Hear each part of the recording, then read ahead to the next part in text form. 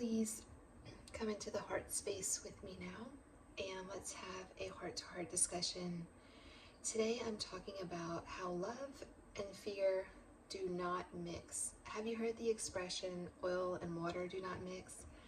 It's because they're two different chemistries and they're not vibing together. They don't mesh. They cannot, because of their chemical makeup is so different, and they just cannot merge and exist together in a harmonious union. And it's the same thing with love and fear. They're two opposing forces, and fear will infiltrate into love and love will then fall away. And it's because love has a high vibration that anytime you're introducing anger, fear, pride, jealousy, these negative states, it cannot sustain what love is. Love is higher. So to get to love, all of these other things have to be surrendered. You have to let go of them. So anytime you feel fear creeping up, you immediately take yourself out of love, which is also heart coherence. So from our heart, when our heart and brain are in alignment, we won't be having these states of fear and jealousy and anger. When we do, it immediately means we are out of alignment. And in my opinion, being in heart-brain coherence is how we align to God, because from scripture it tells us God is love. So then love is God. And when we're in alignment with that, we are tapped into a higher source that is more powerful than fear. And that is what's going to help us to make it through these difficult times we find ourselves in this world at this time, because so many are submitting to these negative states of fear and panic and hatred and jealousy. And there's no coming together, there's no full harmony happening, not collectively. And so each one of us can continue to rise up into a state of love, and that's going to help these emotions, these emotional states, which are energetic frequencies, to dissipate and to fall away. So it takes inner work. Each of us have to come into that heart-brain coherence, into the love state, and not that of fear. And when we do that, we can then help others to also come into that state.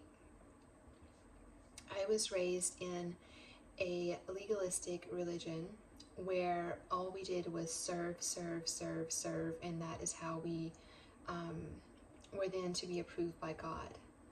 So love was taught, but I didn't see the love in action, and nor did I feel it. And when I stepped away from it, I began to experience love within myself, and in all things. I became more open to experiences. I became more open to just being at one with nature and knowing that God is there, that He is everywhere. So that is love, that is everywhere. And you can have access to it by aligning yourself to it. And so when people come into relationships, also they're seeking love. We all want love and connection. We're designed that way. We're tribal beings, and we want communion and we want connection, and we really want the feeling of love. So in relationship, people are seeking that, but you first have to be in alignment with love within yourself before you can experience it. Because if you're not, you're still carrying those energies within you, and no one could take that out of you. It's inner work. It's an inner job to come into alignment with source and to be in that heart-brain coherence. It's your energy within yourself that has to come into that alignment. And when we do that, we experience growth and expansion. And that's the state we want to be in, because all the other negative energies keep us constricted and contracted. And nothing of value can really happen in those states. Those states are meant to be lessons for us to understand and be aware of how we can work through that ourselves and to let that go. And doing that is a process. It takes first being aware that you're in a state of jealousy or you're in a state of fear. And it takes continual work. So for example, I moved recently, and I'm a single mom. And moving, it can be a stressful time. You have to align the movers and the timing and the signing all this paperwork, and it's just a lot going on. And I recognized that I didn't want to get in a state of fear or worry. And so I kept myself, grounded. And I kept coming back into myself, and it made the move, seamless. It worked out, and it wasn't easy. I looked at 40 homes, and I paid for inspections on 5 houses, and they all failed the inspections. It was a nightmare, really. But I just kept, knowing that it would be okay. It was going to work out, and I would find the perfect home, and I did. Had I got all razzled and in fear and worry, it would have just caused my nervous system to become a wreck, and I wouldn't have been able to really think clearly or feel what was right for me in the moment. I wanted to really feel, when I walked into a home, did I feel expanded or did I feel contracted? And so I was able to tune into that and allow my intuition to help me make the best decision. So yeah, fear, it's not beneficial in any way. And in religion, fear is what is taught. People fear not getting salvation, and you become obsessed with grasping and gripping for salvation and seeing what you can do to work towards it, to be better, when all you have to do is surrender into love and be in alignment with source, and allowing that spirit that's outside of us and in us to come into alignment with it and commune with it. And there's a reciprocity that I was never taught in religion. I was taught God was very separate from myself, sitting on the throne, almost unapproachable. I felt unworthy, I felt guilt, I felt shame, and I wasn't even doing anything wrong. But I just never felt worthy or like I was good enough, so I kept trying to do more, serve more, be more, do more, reach a new goal, when all I had to do was just be love, and knowing that that's enough, that I'm truly in my heart, from an authentic place, I am being love, I'm acting in love, and I'm putting effort towards that, to do that in an authentic way, in a way that I have no ill intentions behind it. I'm not trying to receive salvation. I'm just being love. And so that takes a lot of that work and that effort of striving to be good enough and striving to attain salvation, when we just have to continue to surrender now in this present moment into love. And it takes you out of focusing so much on the future and what's going to happen, to the world, and is the world going to be destroyed, or the wicked people going to be destroyed, and Armageddon's going to come, and when all you have to do is align yourself in this very present moment and stay here in love. Someone, asked me yesterday if aliens are coming to take over. If you're in the state of love, there is no fear.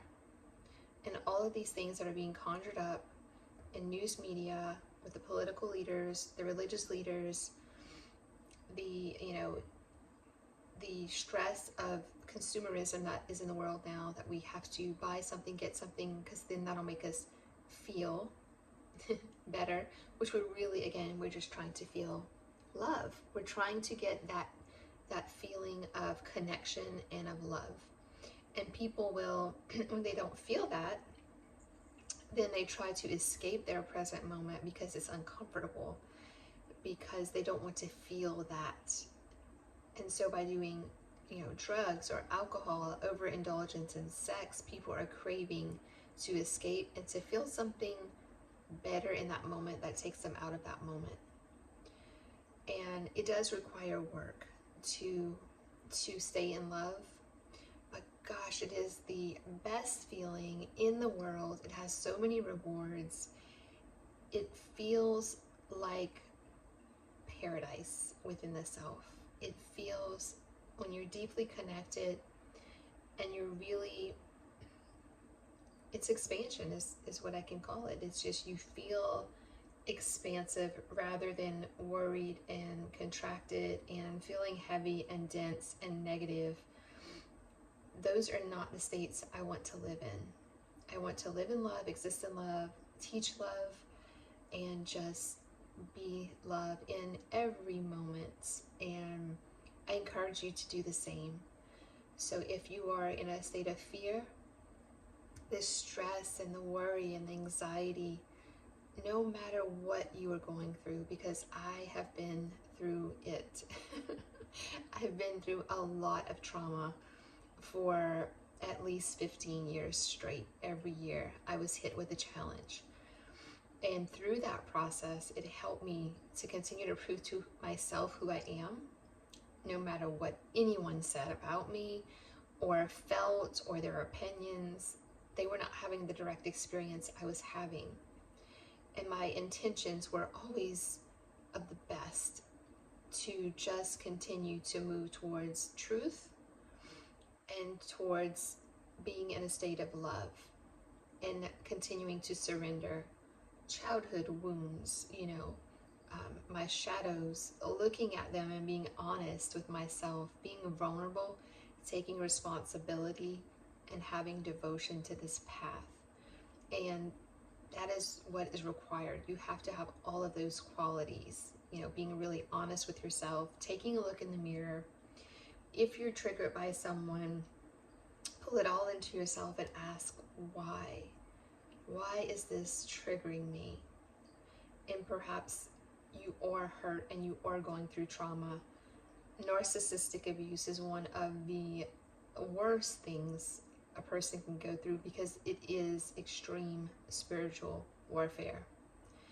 But it's a call for you to go deep within yourself, to prove you are not like you are a perpetrator, to prove to yourself your own empathy and your authenticity, and that you're going to stay in love no matter what you are pressured with from the outside, no matter how unjust it is. Because in narcissism, there is rarely, if ever, there is justice. It's usually the innocent empath who takes the brunt of the beating, the abuse, and it is unjust. If children are involved, especially, this is extremely difficult, and things are not even seen in court or in religion, and it feels like no one is on your side. And that's the way it's set up, because many of these organizations are corrupt and they will not take your side. And that's a reality that many women face. I have heard so many stories in my office, and it's the reality. And what can we do but empower ourselves in love, rise up out of the fear, keep shedding it, and that makes you powerful. An empowered person is a person who knows who they are, knows their heart intentions, lives from that space no matter what, and you are really untouchable at that point. It doesn't matter what it appears is happening to you. You're empowered, you're strong, you're in alignment with love, which is the greatest source of power, and you are incredibly strong, and you can get through any of it. But keep surrendering and staying in the space of love. I love you. I am Dr. Christina. I'm a naturopathic doctor specializing in all things natural, but especially emotional health and wellness, because I see the impact it makes on people's lives from all perspectives, mind, body, and spirit. It's really at the core and the root of our suffering. And coming into emotional intelligence and being able to align with the heart in a loving space is where your life can completely transform. Check out my website, drchristinand.com. I love you.